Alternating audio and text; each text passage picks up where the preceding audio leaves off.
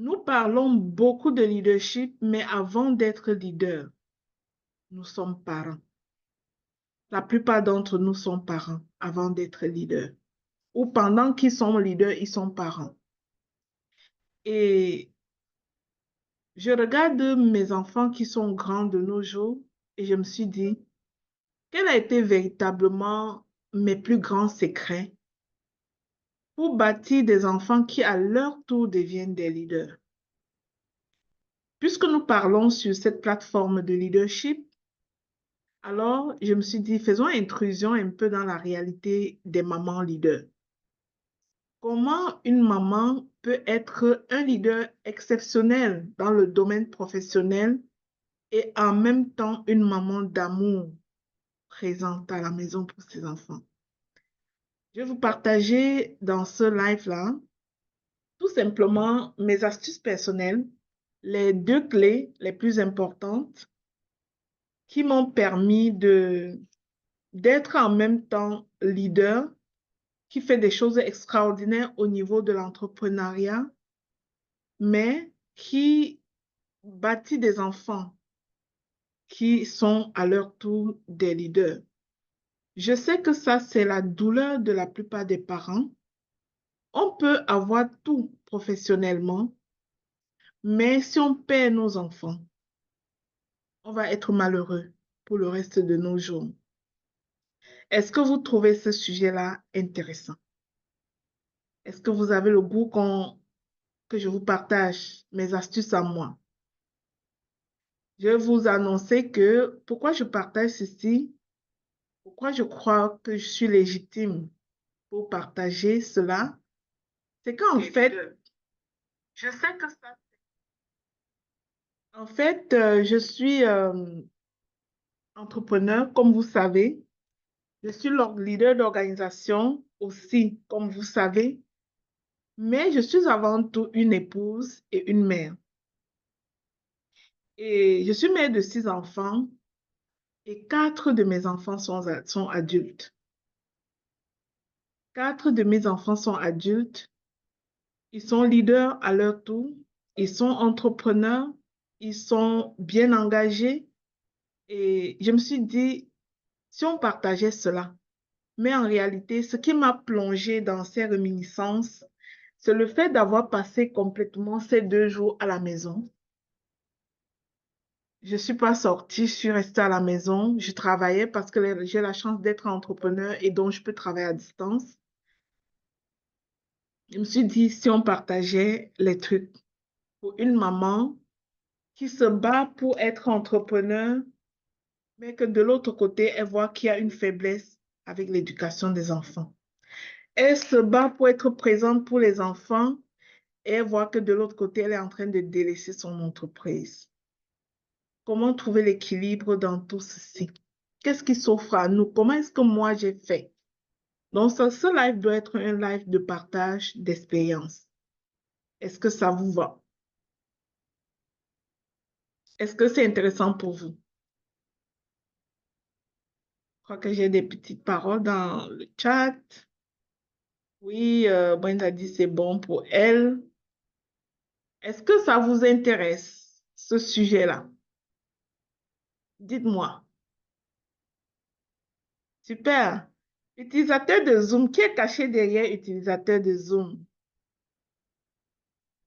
Qu'est-ce qui est caché derrière utilisateur de Zoom? On va partager ce live-là, s'il vous plaît. Je vais vous demander si vous pouvez partager dans vos Facebook, partager ce live-là, s'il vous plaît, pour que nous puissions euh, échanger avec le plus de parents possible. Oui, bonjour Christelle. C'est pas qui est Christelle là? Il y a beaucoup de Christelle. Bonjour Christelle. Contente de t'avoir ici. Ah oui, Christelle. Bonjour, je suis très contente de t'avoir ici. Oui, je suis sûre que ça va t'intéresser ce live. Tu es maman de bébé comme moi. Je suis sûre. Je suis sûre. On va partager ça, s'il vous plaît. Partageons sur nos pages.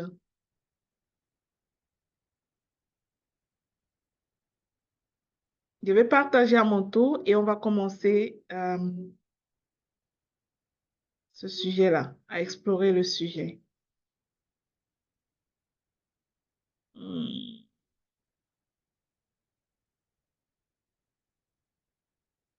Eh bien, voilà, j'ai partagé de mon côté. J'espère que vous aussi. Bonjour Gladys-Laure, bienvenue à ce live.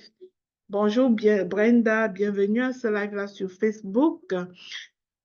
Alors aujourd'hui, nous allons parler de ce sujet-là. Je vais vous partager deux clés pour une maman leader, deux clés qu'une maman peut implémenter en tant que leader d'entreprise, leader d'organisation, pour bâtir des enfants leaders, pour ne pas échouer au niveau de l'éducation de ses enfants.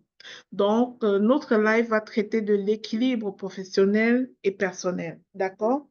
Et je vais vraiment être terre à terre. Je vais aller dans mes expériences à moi pour vous partager ce que j'ai fait pour pouvoir faire grandir mes enfants en tant que professionnel accompli et maman accomplie à la maison sans que les enfants ne ressentent un manque du fait que maman est occupée. Donc, nous allons explorer ce sujet-là avec beaucoup de plaisir et je vais pouvoir vous dire exactement comment j'ai fait. Eh bien, bonsoir à tous et bienvenue à notre live du mercredi. Donc, comme je vous ai dit, hier, il y a eu une tempête d'hiver, beaucoup de neige. Ma voiture n'était pas du tout prête pour affronter ce type de chaussée avec la neige. Fait que je suis restée à la maison. J'aime ma sécurité. Alors, je suis restée à la maison. Je suis aussi restée à la maison aujourd'hui parce que ça prend vraiment un rendez-vous, d'obtenir un rendez-vous pour aller changer mes pneus d'hiver, pour aller mettre mes pneus d'hiver, pour aller chausser ma voiture. Voilà, je vais attendre d'avoir ce rendez-vous-là et de chausser ma voiture. Mais en attendant, j'ai le privilège d'être à la maison et d'être pleinement au travail, pleinement présente à la maison et pleinement au travail. Ça, c'est un privilège qu'on ne peut se donner que lorsque on a intentionnellement prévu un certain nombre de choses dans sa vie. Donc, aujourd'hui, nous allons découvrir ensemble ces deux clés-là que moi j'ai appliquées et qui sont pour moi des clés puissantes pour bâtir des enfants leaders, des enfants équilibrés en tant que parents et leaders professionnels en même temps. Donc, nous traitons d'une question d'équilibre. Quelles sont ces clés? L'une des clés que je vais te partager aujourd'hui, c'est la présence. Et l'autre clé, la deuxième que j'aurai à te partager, c'est la relation. La première clé, la présence, c'est pour moi le fondement du leadership maternel.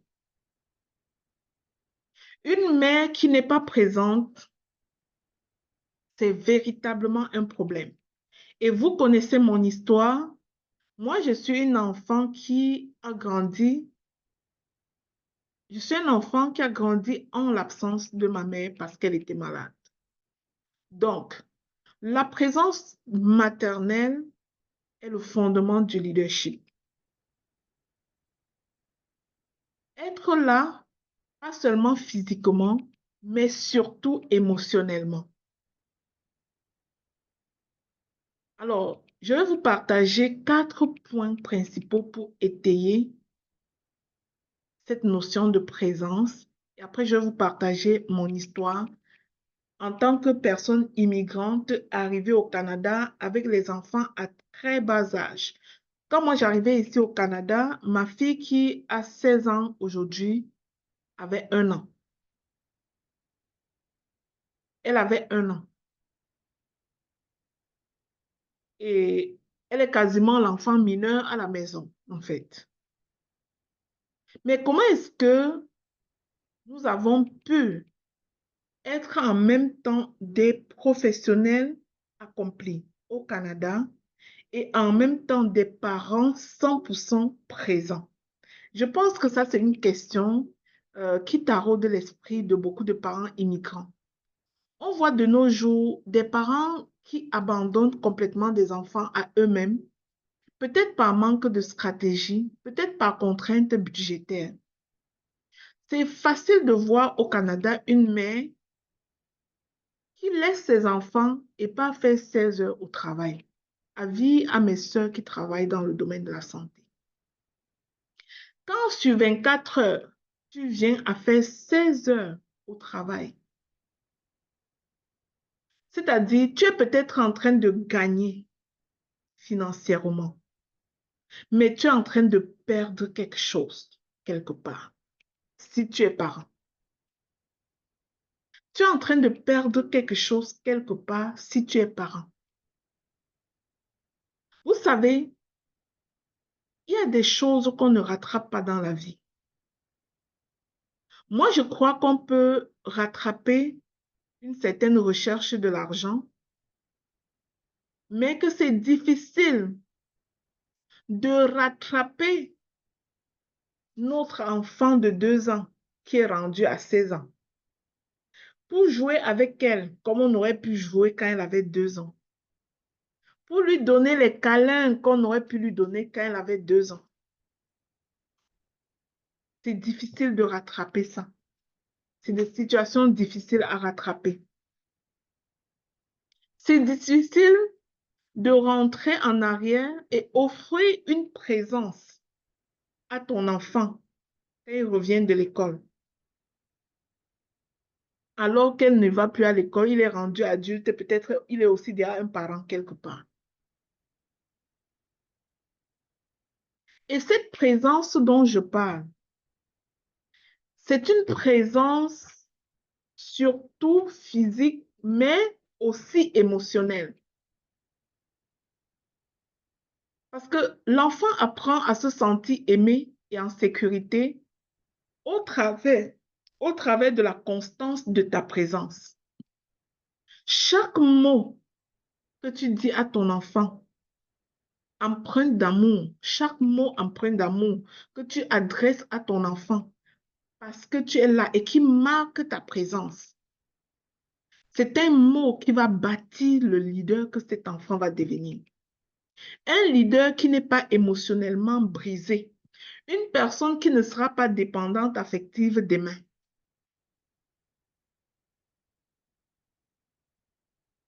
J'aimerais que si tu es parent, tu considères la notion de la présence effective pour tes enfants. Surtout si tu es parent de très jeunes enfants. Pour que tu vives cette présence, il est important que tu apprennes à connaître les saisons de ta vie. Hier, je parlais en thérapie avec une maman et toutes ses réponses étaient comme, toutes ses réponses tendaient à montrer que ses enfants sont un fardeau. Ses enfants sont un fardeau contre son épanouissement.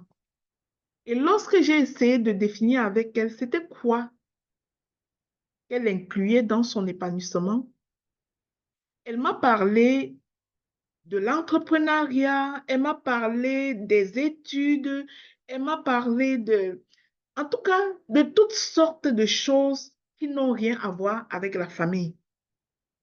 Tout ce qui était famille, pour elle, selon son raisonnement actuel, était un fardeau.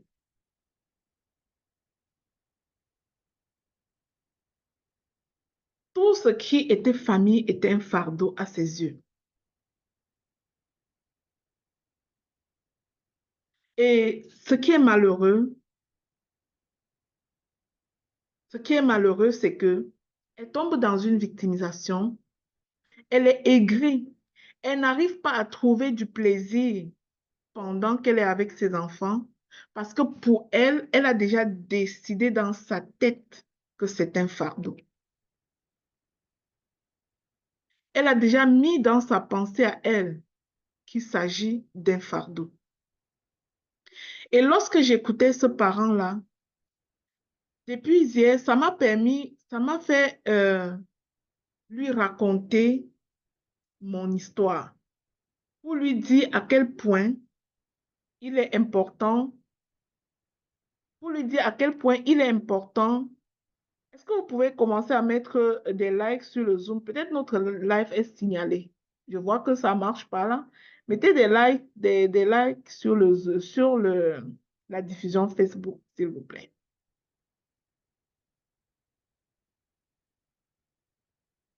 Je ne sais pas pourquoi quelqu'un signalerait un live qui parle de l'éducation des enfants. Je ne sais pas pourquoi ça fait mal à quelqu'un.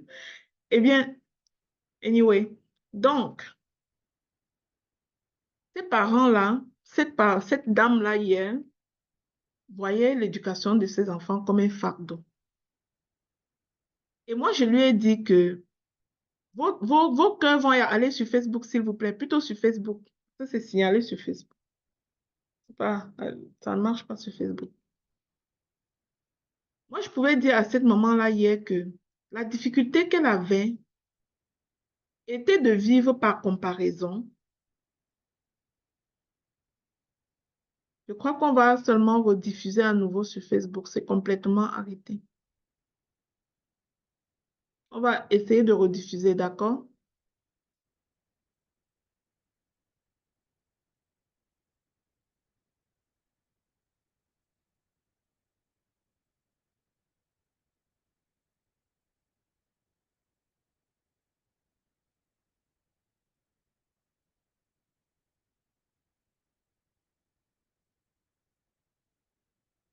C'est aussi pour cela que je ne voulais pas faire le live à la maison, éviter quand même des bris. Comme ça, je ne sais pas finalement si c'est des bris d'Internet ou si c'est des bris de quoi. Mais on va continuer. On va persévérer. On va faire ce live-là. On va le faire.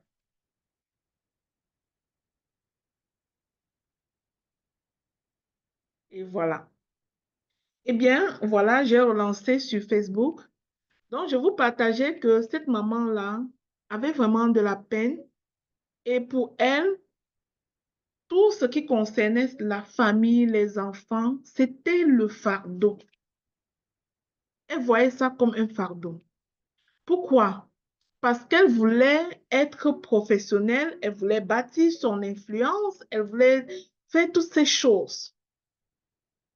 Je lui ai enseigné que pour qu'une mère assure la présence auprès de ses enfants, il est important qu'elle reconnaisse les saisons de sa vie.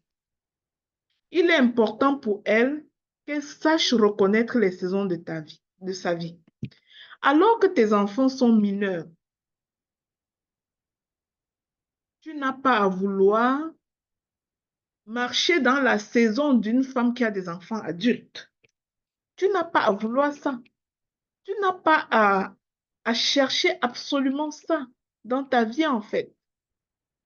Tu as tout simplement besoin d'identifier dans quelle saison tu es et de faire des choses en fonction de la saison où tu te trouves. Lorsque nous nous sommes arrivés au Canada et que nos enfants étaient très petits, le plus vieux avait 9 ans, qu'ils étaient trop jeunes. Je vais vous dire une chose, un de mes secrets de présence, c'est que je ne suis pas allée travailler dans une entreprise. J'ai commencé tout de suite le travail autonome, travail indépendant. J'ai commencé ça tout de suite. Je travaillais comme j'étais conseillère en finances personnelles et j'étais représentante en plan de bourse d'études. Mon travail consistait à promouvoir les plans d'épargne et études aux parents et je faisais des appels de chez moi. Je fixais des rendez-vous à mon heure voulue selon ma convenance et je devais me rendre à ces rendez-vous-là, expliquer c'était quoi ces programmes d'épargne études subventionnés par le gouvernement canadien et signer ces contrats de plan de bourse études pour les parents, pour les enfants. Alors, ce travail-là me permettait d'être présent pour mes enfants. J'étais là le matin, je partais moi-même garder ma fille à la garderie. Je partais moi-même accompagner les autres à l'école. Je les accueillais quand ils revenaient de l'école. Je prenais du temps pour cuisiner leur repas comme il faut et je faisais mes appels professionnels. Et je fixais mes rendez-vous la fin de semaine parce que je savais que en fin de semaine, mon mari était pleinement là. Alors, je fixais mes rendez-vous la fin de semaine et je me déplaçais la fin de semaine pour aller signer mes contrats de plan de bourse d'études. Je vous garantis que je ne travaillais pas 40 heures semaine. Je travaillais peut-être au trop 10 heures dans ma semaine, mais je n'avais rien à envier dans le salaire de ceux qui partaient donner leurs 8 heures de temps au travail, leurs 16 heures de temps au travail. Je n'avais rien à envier à leur argent, mais j'étais pleinement présente pour les enfants. Présente physiquement, présente émotionnellement, pour pouvoir aller chercher mon enfant à la sortie de l'école, tenir par la main, cheminer avec lui, en lui posant la question comment était sa journée, en lui prêtant mon oreille, mon écoute. Mais cela a été favorisé par la présence. Mais de nos jours, nous voyons facilement des enfants qui grandissent sans bénéficier de cette présence. Moi, j'ai grandi sans bénéficier de la présence de ma mère, pas parce qu'elle ne voulait pas, mais parce qu'elle était malade, elle n'était pas là. Et moi, je me suis donné comme challenge de ne pas soustraire à mes enfants cette présence maternelle. Donc, je voudrais dire à une maman ici que l'une des clés qui va te permettre de bâtir des enfants leaders, des enfants équilibrés, des enfants pleins émotionnellement équilibrés, c'est ta présence physique et ta présence émotionnelle. Être présente, c'est écouter. Vous savez, il y a des parents qui sont présents et leur présence ne vaut pas la peine parce que c'est une présence oppressive. C'est quand tu es présente pour crier sur les enfants. Tu es présente et tu ne leur dis rien de chaleureux. Tu es présente pour les oppresser. Tu es présente pour crier sur eux.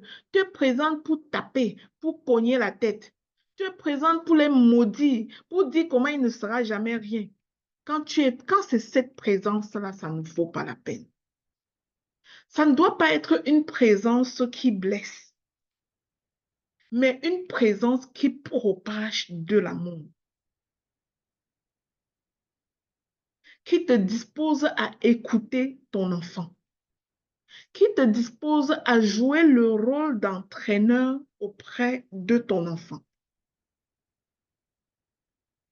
Dans toutes les sphères de la vie de ton enfant, tu es appelé à jouer le rôle d'entraîneur. Ton enfant n'est pas censé tout savoir. Ton enfant n'est même pas censé tout comprendre tout de suite. Ton enfant n'est pas censé comprendre à la deuxième fois que tu lui as répété. Ton enfant est censé comprendre quand il sera rendu prêt à comprendre.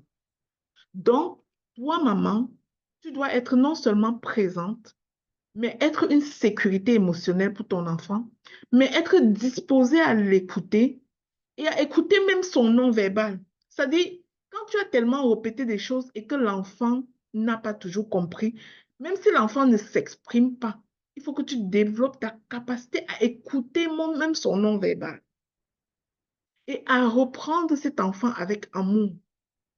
Un adage dit que la répétition est la mère de la science. Si tu considères que ta posture auprès de ton enfant, ce n'est pas seulement d'être l'autorité sur la vie de ton enfant, mais d'être l'entraîneur qui lui enseigne comment faire toutes sortes de choses. Souvenons-nous que quand nous naissons, nous avons une tête vide en fait. Quand nous naissons, nous avons une tête vide. Tout ce que nous savons faire dans la vie, nous l'avons appris. Et il n'y a pas mieux qu'une mère pour se disposer à entraîner son enfant. C'est-à-dire, entraîne ton enfant à laver la vaisselle. Entraîne ton enfant à faire sa chambre. Entraîne ton enfant à dire bonjour. Entraîne l'enfant aux civilités. Entraîne l'enfant sur les valeurs. Entraîne ton enfant à la discipline. Entraîne ton enfant à la constance. Et lorsque tu vas commencer, sois persévérant. Ne te décourage pas en disant, ça fait déjà 5 fois que je lui dis, maman, tu vas dire encore. Tu vas peut-être changer de stratégie, mais tu vas dire encore. Parce que c'est ton devoir d'entraîner cet enfant-là et de faire de lui un adulte accompli, de faire de lui un citoyen modèle, de faire de lui le prochain parent pour d'autres enfants. Souviens-toi toujours que l'enfant que tu as chez toi aujourd'hui sera parent demain. Et l'éducation qu'il va donner à ses enfants, c'est en partie l'éducation que toi, tu lui auras donnée. Maintenant, quand tu considères ça, tu vas remplir ta présence. Tu ne dois pas lui donner seulement une présence physique à la maison chargée d'oppression, chargée de paroles destructives, chargée d'étiquettes que tu apposes sur lui. Non, tu vas lui donner une présence qui vaut la peine, une sécurité émotionnelle pendant que tu es là. Donc ça, c'est pour le point de la présence. La présence doit être différente de la perfection. Donc, quand je dis d'être présent, je ne dis pas que tu dois être aujourd'hui là une maman parfaite, parce qu'il n'existe personne de parfait. Ce que tu es appelé à faire, c'est de faire de ton mieux pour assurer une sécurité émotionnelle pour ton enfant. Ta présence, ça ne signifie pas la perfection, mais ça signifie la disponibilité.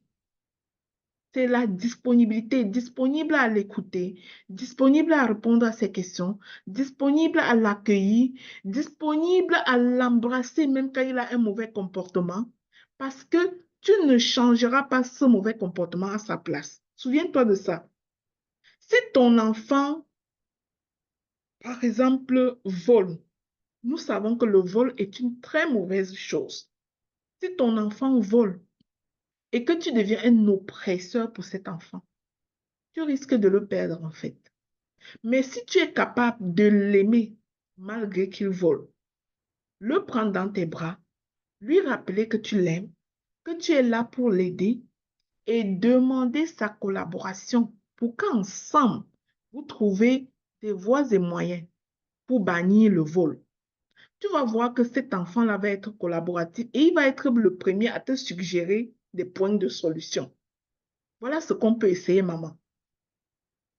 Si peut-être ton enfant est sale, il ne fait pas sa chambre.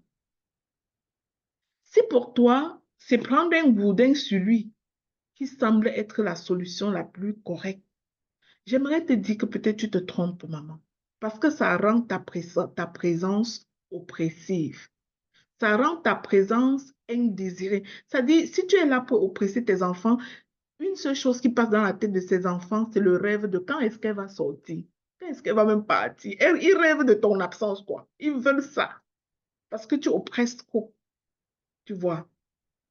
Mais si l'enfant qui ne fait pas sa chambre là, tu lui montres que tu l'aimes d'abord, aime d'abord. Je t'aime mon enfant. Tu es un merveilleux garçon. Tu es un brave garçon. Cependant, il y a un problème que toi et moi, on va régler ensemble. Comment est-ce que toi et moi, on peut faire ensemble pour pouvoir résoudre ce problème de chambre sale? Quelles sont les solutions? Comment tu penses que je peux t'aider? Comment est-ce qu'on peut faire ensemble pour pouvoir régler ce problème? Tu vas voir que ton enfant va collaborer à te proposer des pistes de solutions. Et il n'y a pas meilleure façon de changer quelqu'un que d'obtenir sa collaboration parce que tu ne peux pas changer à sa place en fait. C'est lui qui a un mauvais comportement. C'est lui qui doit changer le mauvais comportement.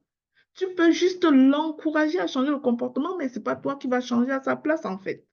Donc, tu as besoin de le gagner à toi pour obtenir sa collaboration afin qu'il change. Et pour gagner ton enfant à toi, tu as besoin d'être présente et d'assurer une certaine présence, une certaine qualité de présence. Pas une présence qui choque, pas une présence qui blesse, pas une présence qui oppresse, au point où Ton enfant rêve de l'heure que tu vas sortir. Il faut, j'ai hâte qu'elle parte au travail. Elle fait même 16 heures là-bas, elle revient demain. Il ne faut pas être comme ça, en fait. Donc, je vais te suggérer, ça c'est mon premier point. Ma première suggestion pour toi, c'est de considérer la présence. Ta présence doit être active aussi. Première chose, j'ai dit, ta présence doit être une sécurité émotionnelle. Ta présence doit être faite pour écouter et non pour blâmer. Ta présence ne doit pas être une perfection, mais une disponibilité. Ta présence doit être active. Et qu'est-ce que j'entends par présence et active? Donc, présence active, c'est que vous devez partager des choses ensemble. Une présence active se voit dans les repas partagés. C'est-à-dire, quand les enfants sont petits, ils sont jeunes. Quand ils sont plus grands, ça devient de moins en moins régulier. Mais quand ils sont petits, c'est le moment. Le moment de servir, de leur montrer comment on sert une table et tout le monde mange ensemble à table. Le moment de s'asseoir et de prier ensemble. Le moment de converser ensemble sans téléphone. Sans téléphone. À la maison, chez moi, lorsque je travaille là, j'ai toujours une chaise chez moi. La chaise qui est à ma droite est toujours vide. Et cette chaise est toujours la place à occuper par le prochain enfant qui va entrer. Donc, dès qu'un de mes enfants entre, il doit d'abord s'asseoir à cette chaise-là. Pourquoi? Parce que quand l'enfant entre, je me déconnecte de ce que je suis en train de faire. Je dois lui offrir ma disponibilité. Je dois l'écouter. Je dois lui demander comment était sa journée. Qu'est-ce qu'il a eu comme difficulté aujourd'hui? Qu'est-ce qu'il a aimé dans sa journée d'aujourd'hui? Je dois lui poser cette question. Ça, c'est ce que moi, je faisais pendant que je voyais mes enfants grandir. Ils sont adultes maintenant. Deux sont partis de la maison. Le troisième va partir. Le quatrième va partir. Ils sont deux autres adultes. Ma fille est rendue à 16 ans. Bientôt, elle va être adulte. Elle va aussi partir pour ses études universitaires quelque part. Mais, c'est-à-dire, c'est le jour qui part que tu prends conscience qu'il y a des choses que tu ne pourras plus jamais rattraper. Alors que c'est ta saison avec les petits-enfants, je te suggère de considérer la présence. Sois présente. Sois présente pour eux. Et je t'ai montré quel métier j'ai fait par choix pour être présente. Tu n'es pas obligé d'être employé de quelqu'un. Et tu as des talents. Il y a des types de métiers aussi que tu peux faire de chez toi, dans cette saison-là précisément. Parce que dans cette saison-là, la priorité, c'est tes enfants. Oui, l'argent, c'est une nécessité. Mais il y a une façon de concilier l'argent, la recherche de l'argent et ta présence. J'ai chez moi, en ce moment, je vois passer mon fils qui a 18 ans et je me souviens que c'est celui qui aimait le plus ma présence. Quand ils ont beaucoup grandi et que j'ai commencé par être véritablement absente, occupée dans plein de choses, celui-là est celui qui se souvient toujours. Ah, maman, je me souviens de telle époque, il y avait telle chose comme ça. Il est celui qui se souvient toujours que maman était toujours présente. Maman faisait toujours toutes choses pour eux au bon moment. Il le raconte, il le clame. Il y a des fois qu'il va venir me dire, ah maman, maintenant c'est toi qui vas me servir aujourd'hui. Comme avant, c'est toi qui me sers aujourd'hui. Comme avant. Il y a des moments qu'il va dire ça, même s'il est rendu adulte. Mais quand il le dit, sa parole raconte une histoire. Sa parole raconte que quand ils avaient le plus besoin de toi, tu étais là. Maintenant, ils sont capables de cuisiner un truc par là, de s'en acheter même, mais sa parole, sa réclamation, maman, tu me sers aujourd'hui, maman, tu fais mon déjeuner aujourd'hui, signifie qu'il se souvient que quand il ne pouvait pas le faire, tu étais là. Et que quand tu le faisais, il l'appréciait. Que quand tu le faisais, il adorait ça. Donc, moi, je vais conseiller une maman qui est leader ici, de savoir lire les saisons de sa vie. Tu n'es pas obligé d'être employé, d'abandonner tes enfants. Tu peux choisir des façons de travailler et de gagner de l'argent qui correspondent à la saison de la vie où tu te trouves. De nos jours, je peux même voyager, fermer ma porte, laisser mes enfants, ils sont adultes, aller même dans un autre pays travailler, toute seule. Mais parce que la saison est propice, parce que je suis rendue là. Maintenant, si tu es avec des enfants de 1 an, 2 ans, 3 ans aujourd'hui, et tu me regardes, tu veux absolument faire ce que je fais, croyez-vous que tu es en train de te tromper quelque part? Je pense que oui. Tu es en train de te tromper quelque part parce que tu n'es pas dans cette saison-là où tu vas te permettre un certain nombre de choses. En fait, ton épanouissement actuel, si tu es maman des enfants mineurs, se trouve dans l'épanouissement de tes enfants. Ton épanouissement actuel se trouve dans l'épanouissement de tes enfants. Maintenant, s'ils sont tellement petits et que tu es tout absent, quand ils seront grands, tu ne pourras pas rattraper. Au moins, moi, je peux être absente aujourd'hui et quand ils me rappellent que je fus présente, souvent, je leur dis souvent, mais quand vous avez été dans le besoin, quand vous étiez vulnérable, quand vous n'étiez pas capable, j'étais là. Maintenant, vous êtes capable.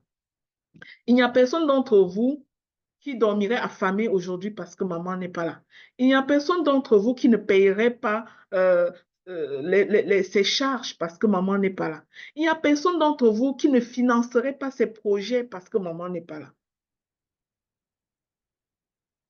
Donc, nous devons, comme maman, leader, lire les saisons de notre vie et nous adapter aux différentes saisons de notre vie. Ça, c'était pour mon point sur la présence.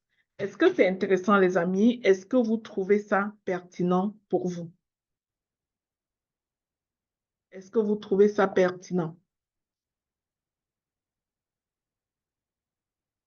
Dites-moi en commentaire, selon vous, quel est le moment de la journée où vous sentez le plus que votre enfant a besoin de votre présence pour vous? Quel est le moment de la journée que vous sentez le plus que votre enfant a besoin de votre présence? Vous pouvez le marquer dans le chat. Le moment de la journée où vous sentez le plus que vos enfants ont besoin de vous. C'est quoi ce moment-là?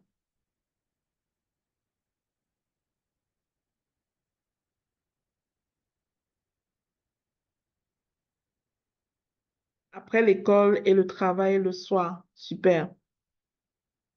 Est-ce que tu t'assures d'être toujours là à ce moment-là? Pendant cette saison-là de ta vie, est-ce que tu t'assures d'être toujours là à ce moment-là? Est-ce que pour toi, c'est important d'être toujours là à ce moment-là? Oui, dans la mesure du possible. Parfait, Raïssa. Oui, le matin pour leur petit déjeuner. Super. Donc, en tout cas, ce que je voulais te partager aujourd'hui, c'est mon expérience. Peut-être ça ne peut pas être vrai pour toi, mais pour moi, c'est mon expérience et c'est ce que j'ai trouvé gagnant dans l'éducation de mes enfants. Quand je les vois aujourd'hui étant des adultes épanouis, accomplis, capables de leader à leur tour, je me dis, c'est parce qu'il y a eu semence quelque part et dans l'absence, l'extrême absence de la maman, cette semence-là n'aurait jamais eu lieu en fait. Ça n'aura jamais eu lieu. Donc, merci Raïssa. Je fais comme toi, je leur demande de toujours comment était leur journée et ce, tous les jours. Absolument. C'est important, super important de le faire. Il faut assurer cette présence émotionnelle avec les enfants. Quand à un moment donné, on est étranger à la vie de ses enfants, c'est vraiment dommage. Il faut pouvoir les connaître, savoir qui ils sont, pouvoir connaître leur type de personnalité, savoir comment tu peux parler avec un tel. Mais c'est en étant présent que tu vas vraiment les connaître. Il y a quasiment des parents qui sont tellement absents qu'il faut que quelqu'un d'autre leur explique qui est leur enfant, comment leur enfant est, comment leur enfant réagit. C'est quand c'est la maîtresse à l'école qui commence à t'expliquer comment est ton enfant là. C'est grave. Il faut que tu sois capable de savoir quel est le type de personnalité de ton enfant, comment il est, parce que tu le vois. Quand c'est l'enseignant qui commence à t'expliquer là, il faut que tu te dis, maman, je me cogne la tête et je viens prendre ma place à la maison. Tu comprends? Tu viens reprendre ta place à la maison. La présence effective. Et de nos jours, nous voyons de plus en plus surtout ici au Canada, pour les mamans qui sont au Canada, nous voyons de plus en plus, les enfants sont, ça dit, ton absence va permettre qu'on remplisse dans la vie de tes enfants des choses que tu ne pourras plus enlever. Parce que tu étais trop absent. Tu n'as pas pris le temps de leur dire des choses, de les éduquer, de leur raconter ce qu'il faut, de les enseigner les bonnes valeurs. Souviens-toi que quand tu ne le fais pas, il y a quelqu'un quelque part qui les enseigne ce que tu ne voulais pas. Et le dehors est complètement miné. Il y a toutes sortes de choses. On les enseigne toutes sortes de choses à l'école. Et lorsque ces choses-là qu'on met dans leur tête à l'école trouvent une tête vide, mais ton enfant n'a rien pour comparer ce qu'on vient de lui dire à l'école. On lui dit une seule vérité selon l'école, bah, ça devient sa vérité. Mais si toi, tu avais pris le temps d'être présent, de lui montrer quelque chose de différent, lorsqu'à l'école, on va lui dire quelque chose de contraire, ton enfant aura des arguments pour comparer. Au moins, ça va créer un questionnement qui peut revenir parler avec toi. Ah, maman, toi, tu m'avais parlé de ça, ça, ça, ça. Mais à l'école, on me dit si, si, si, si. Quelle est la vérité finalement? Et là, tu as une opportunité d'expliquer à ton enfant les pour et les contre. Parce que l'idée n'est pas d'empêcher qu'on n'enseigne pas un certain nombre de trucs à ton enfant. On va le leur enseigner que tu le veux ou non. L'enfant va croiser ça avec les amis que tu le veux ou non. L'enfant va trouver ça sur Internet que tu le veux ou non. Mais la question c'est, qu'est-ce que tu fais pour que ton enfant sache c'est quoi la bonne chose? Donc, ce qu'on enseigne à ton enfant à l'école là, il faut être même à l'aise d'en parler à ton enfant toi-même. Il faut être à l'aise d'aborder ces sujets-là toi-même afin de lui démontrer ton point de vue face à ces choses. Et ça, tu ne peux le faire pour des enfants mineurs que si tu assures une véritable présence. Je me souviens à l'époque, quand je restais chez moi, je cuisinais pour mes enfants. Mes enfants savaient que quand ils arrivent à la maison, quand on ouvre le four chez eux, il y a toujours quelque chose. Et dernièrement, mon grand garçon me disait, ah maman, je ne comprends pas depuis quand ça a changé. Vous mangez quoi finalement dans cette maison? Parce qu'il trouvait que maman était soudain un peu plus absente. Mais s'il peut remarquer que maman est plus absente maintenant, c'est parce qu'il a eu à constater que maman était toujours là. Voilà pourquoi il peut voir la différence. Et moi, de lui dire, regarde, vous êtes déjà tous rendus adultes et maintenant, je suis en train de bâtir mes entreprises. Ça fait que je suis plus autant présente comme avant. Là, je peux lui expliquer. Ne prenez pas pour acquis que vous allez être tous des adultes et maman va continuer à faire le babysitting à la maison. Non, je peux lui dire ça aujourd'hui. Cependant, alors qu'on est dans une saison où on a des enfants beaucoup plus jeunes, la présence est hyper importante. Et tu peux adapter ton métier, tu peux faire un choix de métier qui te permet d'assurer cette présence. Tes enfants vont grandir. Quand ils vont être plus grands, vas-y, fais toutes sortes d'affaires que tu veux faire. Les gens vont croire que tu n'as pas gagné plein d'argent, mais je vais te dire, il n'est pas trop tard pour gagner de l'argent. Si tu as eu des enfants dans la vingtaine comme moi, avant d'avoir 40 ans, tes enfants auront quand même grandi ensemble avec toi, tu vois. Et tu vas avoir de plus en plus de liberté pour bâtir. Même à 40 ans, tu peux encore t'épanouir comme entrepreneur. Et avant 40 ans, tu peux faire le genre d'entreprise que tu fais à partir du domicile. Même déjà à 20 ans, commence ton entreprise en ligne. Fais du travail à distance. Bâtis ton entreprise. Monétise tes talents. Monétise tes talents. Et lorsque tu monétises tes talents, tu envoies un message fort à tes enfants. Aujourd'hui, je venais de terminer la lecture d'un business plan que m'a donné mon fils.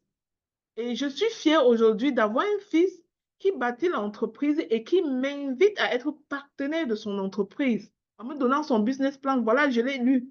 Mais comment un enfant comme ça se lève et à 20 ans et construit une entreprise et comprend comment on fait des partenariats et vient te chercher même toi, parent, comme partenaire, écrit son business plan au complet, c'est parce qu'il t'a vu faire ça en fait.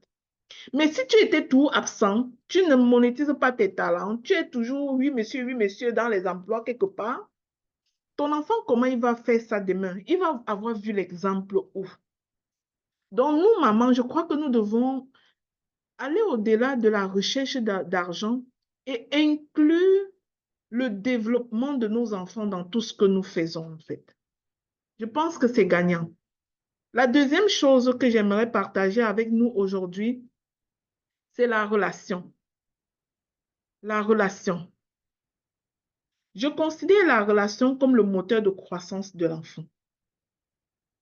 Et la relation, c'est quoi? La relation, c'est ta façon d'être, ta façon de te conduire avec ton enfant. Créer une connexion durable avec ton enfant, ce n'est pas contrôlé.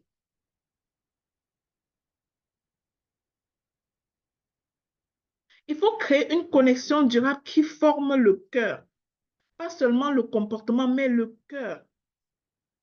Il faut que tu sois connecté à ton enfant connecté à toi. Que ton enfant sache pertinemment que maman me veut le bien et toi, tu sais que mon enfant me suit. Donc, tu dois bâtir cette relation-là. Cette relation-là se construit au travers de la présence, de la qualité de la présence que tu assumes. Et tu dois comprendre que la relation prime sur le contrôle. Ce n'est pas d'être le surveillant sur la vie de tes enfants, mais c'est sois même l'ami de tes enfants, en fait. Sois le premier ami de tes enfants. Plus, moi, j'ai observé que plus je cherche à me connecter à mes enfants, moins j'ai besoin de corriger. Parce que quand tu connectes véritablement à ton enfant, même les mauvais comportements de ton enfant, l'enfant est tellement à l'aise à reconnaître sa faute devant toi, à te dire, ah maman, je n'avais pas compris ça. Oh, j'ai commis telle erreur. Lui-même va venir rapidement te dire l'erreur qu'il a commise parce que la relation était construite. Mais si c'était une relation de contrôle, une relation de terreur, l'enfant a envie de cacher sa bêtise jusqu'à pour que tu ne sois jamais au courant. Pourquoi? Parce que la relation n'est pas bien construite. Mais si tu as veillé à la qualité de la relation, alors que ton enfant va commettre une bêtise, quand il va retourner à la maison, il serait le premier à venir te dire, ah maman, aujourd'hui là, j'ai fait telle bêtise. Parce qu'il sait que tu ne dois pas le manger cru. Et c'est que tu vas le comprendre. Et c'est que tu dois comprendre que ton enfant est un humain et il a droit à l'erreur. En fait.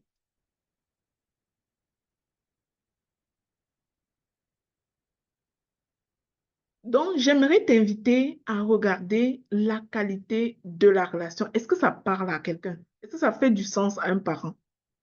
Nous sommes des leaders, mais avant d'être leaders, nous sommes parents. Et si nous ratons notre parentalité, nous allons vivre mal notre leadership en fait. Imagine que tu es dehors, tu as applaudi partout, partout, partout, tu as applaudi, mais à la maison, c'est la catastrophe avec tes enfants. Est-ce que tu aimerais ça? Donc moi, je pense qu'il est important de regarder la relation, la qualité de la relation, ne pas être dans le contrôle. Tant que tu n'es pas dans le contrôle, tu vas avoir moins besoin d'être dans la punition et la correction. Ça, tout ce qui va exister chez toi, ça doit être le dialogue. L'enfant lui-même va venir te dire, maman, j'ai fait telle erreur aujourd'hui. Et parce que tu lui enseignes des valeurs, quand il aura contrevenu à une certaine de ces valeurs-là, lui-même va venir te dire. L'enfant qui ne t'avoue pas ses fautes, c'est l'enfant qui a peur de toi. C'est l'enfant qui a peur de la brimade. C'est l'enfant qui a peur de ta réaction exagérée. Mais si ton enfant sait que tu vas l'accueillir avec amour, même s'il a commis une erreur, il va pouvoir être très à l'aise à te partager ça. Il faut que la relation soit saine, qu'elle révèle la valeur. L'enfant qui se sent vu, entendu, valorisé, apprend à s'aimer et à respecter les autres. Mais l'enfant qui est brimé, à contrario, ne doit pas s'aimer et va manquer du respect aux autres, y compris à toi-même le parent. La relation saine est bâtie au travers d'une communication bienveillante.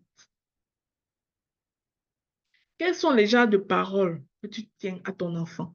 Est-ce que tu parles à ton enfant pour l'humilier ou alors tu lui parles pour l'élever? Moi, je me souviens, Oui, je me souviens quand nous vivions au Cameroun, je trouvais que beaucoup de parents parlaient pour humilier les enfants comme si c'était naturel et normal. Va là-bas, idiot. Regarde-moi un con comme ça. Regarde-moi un chien comme ça. C'est comme ça que quelqu'un dit à son enfant. Hey, maman, tu parles pour élever ou pour humilier. Tu dois faire le choix. La Bible dit en Proverbe 15, verset 1 que une réponse douce calme la fureur. Souviens-toi que chaque parole qui sort de ta bouche en direction de ton enfant, c'est une sémence de quelque chose que tu mets dans sa vie. Si tu es habitué à l'appeler idiot, attends de récolter les idioties. Et quand ce sera l'heure de la récolte, ne te plains pas. Tu vas récolter les idioties. Une relation bien saine se voit au travers des gestes également. Ce n'est pas seulement quelque chose qui est raconté. Une relation bien saine, tu encourages, tu valorises, tu ris avec tes enfants, tu pardonnes rapidement. Encourager, valoriser. Ne dors pas une seule nuit sans valoriser tes enfants. Ne passe pas une seule journée, ne laisse pas ton enfant partir de la maison le matin sans lui donner une parole de valorisation. Ne fais pas ça. Ne permets jamais que ton enfant et toi, vous vous séparez en querelle. C'est-à-dire, l'enfant prend la route de l'école à la suite d'une querelle. Ne permets jamais ça. Et un secret pour faire ça, c'est de faire la prière, que la prière soit la dernière chose que tu partages avec tes enfants avant leur départ de l'école. Vous priez et tu déclares des paroles positives sur leur vie avant qu'ils ne partent. Ça là va t'aider à ne pas te séparer avec ton enfant le matin en queue de poisson. Beaucoup de familles ici au Canada sont signalées à la DPJ à cause de la dernière conversation qu'on a eue tout de suite avant que l'enfant n'aille à l'école. Parce que la dernière conversation s'est soldée par une petite querelle. L'enfant est sorti avec la colère, fâché, maman l'a insulté. Il arrive à l'école encore gonflé. Et puisque ça se voit, on lui pose des questions. Qu'est-ce qui se passe?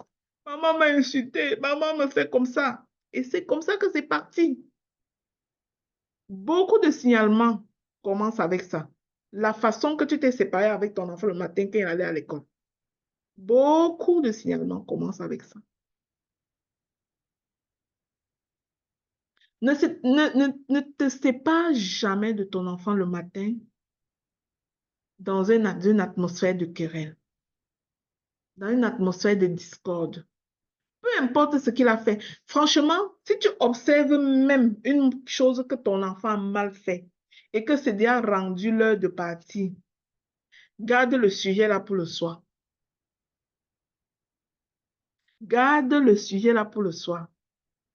Tu n'es pas obligé d'en parler tout de suite. Fais-lui son câlin.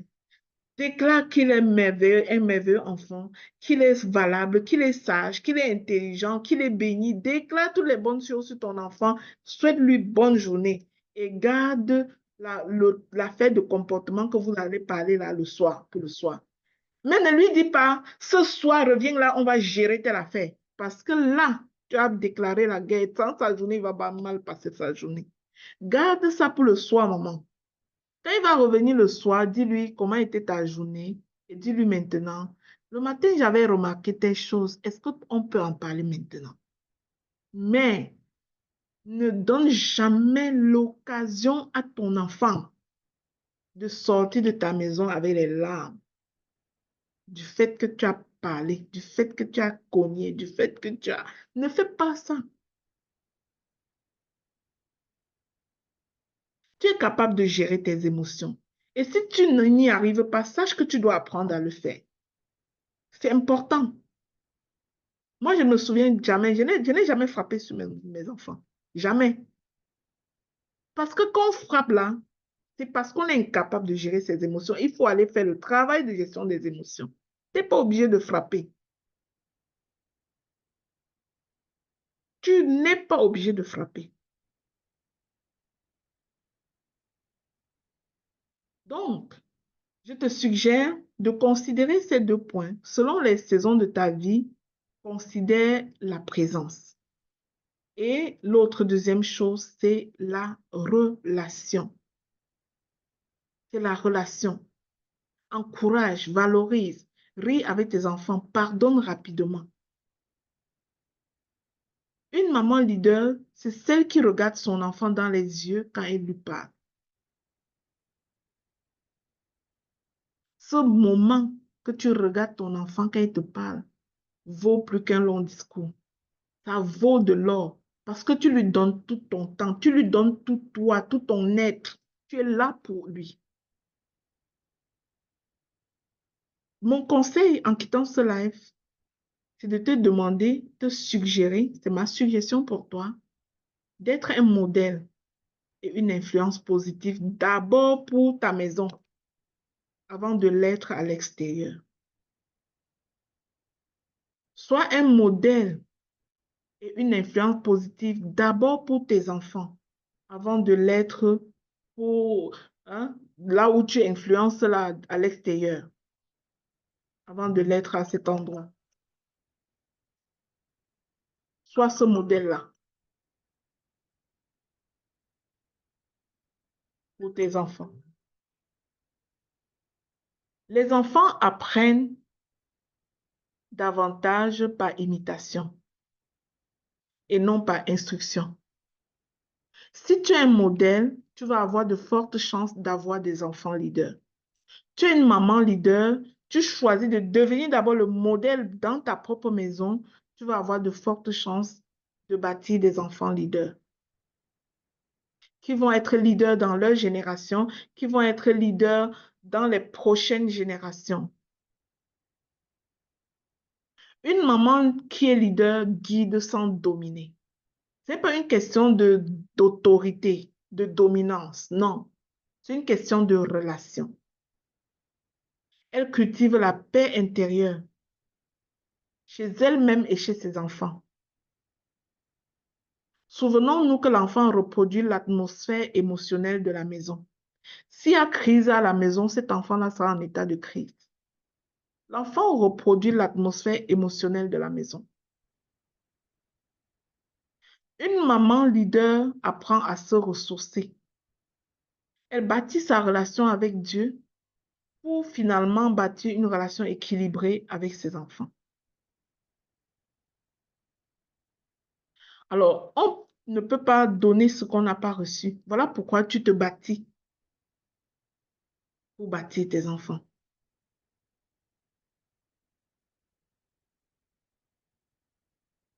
Donc, le plus grand secret donc, d'une maman qui veut bâtir des enfants leaders, ce n'est pas le contrôle, l'autorité exagérée, ni la perfection, mais c'est la présence effective et la qualité de la relation. La bonne présence rassure et la relation construit. Et les deux ensemble créent un héritage émotionnel et spirituel durable pour les enfants, en fait. Et lorsque les gens regarderont tes enfants, ils te demanderont comment tu as fait pour que tes enfants soient comme ça. Mais le grand secret, c'est que tu as été présente, pas seulement physiquement présente, émotionnellement présente. Tu as choisi de t'aligner aux saisons de ta vie et de faire des choses adaptées aux saisons de ta vie. Tu as choisi d'assurer une relation de qualité en apprenant à gérer tes émotions et en choisissant une communication qui ajoute de la valeur lorsque tu parles à tes enfants. Et si tu fais ça, je suis sûre que quand tes enfants grandiront, tous reviendront à la maison. Je peux dire que j'ai mes garçons que je suis comme la moitié de leur grandeur. Mais quand ils reviennent, ils vont venir se coucher sur les pieds encore comme s'ils avaient 2 ans. Qu'est-ce qui fait qu'ils ont envie de faire ça? Ce n'est pas comment tu es avec eux aujourd'hui qui leur donne envie de faire ça. C'est comment tu as été avec eux pendant qu'ils grandissaient qui leur donne envie de faire ça. Tu n'étais pas maman absente, 16 heures au travail chaque jour. Oh, je suis infirmière. Oh, je suis préposée. Oh, 16 heures au travail. J'ai rien contre le travail des gens, mais je partageais juste mon expérience pour te dire, peut-être qu'au-delà de ce que tu fais déjà, il y a quelque chose que tu peux explorer. Je prie que Dieu vous bénisse abondamment. C'est tout ce que j'avais à vous partager aujourd'hui pendant mes journées d'hiver où je suis cloîtrée à la maison. Soyez bénis. Merci à ceux qui nous suivent sur Facebook. Notre live s'est entrecoupé, mais je l'ai relancé. Merci d'avoir suivi, même si c'est haché de bout en bout. Si vous suivez ça en replay, marquez-nous hashtag replay. Laissez votre commentaire pour nous dire si c'était pour vous intéressant ces petits tips en tant que parents. Oui, sur cette plateforme, nous parlons de leadership, mais nous sommes parfois d'abord parents avant d'être leaders. Et la question de l'équilibre et de la reconnaissance des saisons de notre vie, c'est une question super importante que moi, je pense qu'on devrait considérer et mesurer souvent nos ambitions en fonction des saisons de notre vie. Il y a des saisons où les ambitions d'une maman devraient être de faire grandir ses enfants. Si tu es comme moi, alors va essayer ces choses. Si c'est encore cela ta saison des enfants mineurs très petits. Que Dieu vous bénisse abondamment. On se voit mercredi prochain pour un autre live. Mais avant de quitter, je vais juste annoncer que nous avons la rentrée académique de notre cohorte, nouvelle cohorte de leadership ce vendredi. C'est une cohorte où tu peux être invité gratuite. Donc, en tout cas, c'est une séance d'accueil où tu peux venir gratuitement pour écouter la séance d'accueil. Donc, vendredi à midi, ce sera la séance d'accueil pour nos étudiants. Ce sera la séance de clôture pour les étudiants du leadership transformationnel et en même temps la séance d'accueil pour les nouveaux étudiants. Donc, tu pourras te joindre à nous si tu le désires. Voilà. Et à part ça, j'annoncerai aussi que ce livre-là, quelques pièces de ce livre-là vont être tirées au sort pour primer les gens qui sont dans mon accompagnement d'autodiscipline en ce moment. Donc, il y aura une séance vendredi prochain à 14 heures où on va clôturer aussi l'accompagnement euh, d'autodiscipline, boost discipline et discipline personnelle et productivité, où on va primer ceux qui ont vraiment atteint leurs objectifs en tirant au sort ces livres-là. Si tu veux venir avec nous, ce sera à 14 heures le vendredi, sera ouvert au public par Zoom. Merci. Bonne journée à tous. Vous avez été très silencieux. J'imagine qu'il n'y a pas de questions, qu'on est si silencieux. Il y aurait eu peut-être des questions. Est-ce que quelqu'un voudrait parler avant que je ne quitte?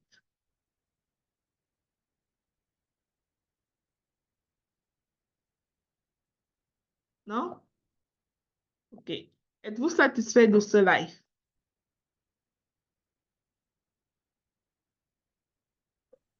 Ah, Merci, Raïssa. Raïssa dit oui. Les autres, est-ce que vous avez été satisfaits? Oui, Gladys. bonsoir à tous. Bonsoir, Maman Lina. Salut, Gladys. Merci de me passer la parole. Je vais dire que j'ai écouté avec beaucoup de plaisir ce que le déroulement de l'exposé de ce soir, c'était vraiment très intéressant, très pertinent. Moi, j'ai pas encore d'enfant, Ah, mais en tant super. qu'enseignante, je vais confirmer vraiment sur toute la ligne tout ce que tu as dit parce que dans le travail avec les élèves dans les établissements, nous subissons beaucoup les manquements c'est-à-dire ce que les parents créent comme manquement chez les élèves, nous Mhm, subissons beaucoup ça à l'école. Il y a mhm, parfois des enfants qui viennent, c'est simplement parce que tu lui as dit bonjour de manière douce un jour qu'il va devenir ton ami pour toute la vie. Parce mhm. que chez eux, on ne lui a jamais dit ça. Absolument. Et Mm. oui, appeler les enfants avec les petits noms et tout ça. J'ai commencé à faire ça avec les plus petits. Je me suis rendu compte que même en terminale, les gens veulent qu'on leur donne les petits noms. Mhm, tout Parce à que fait.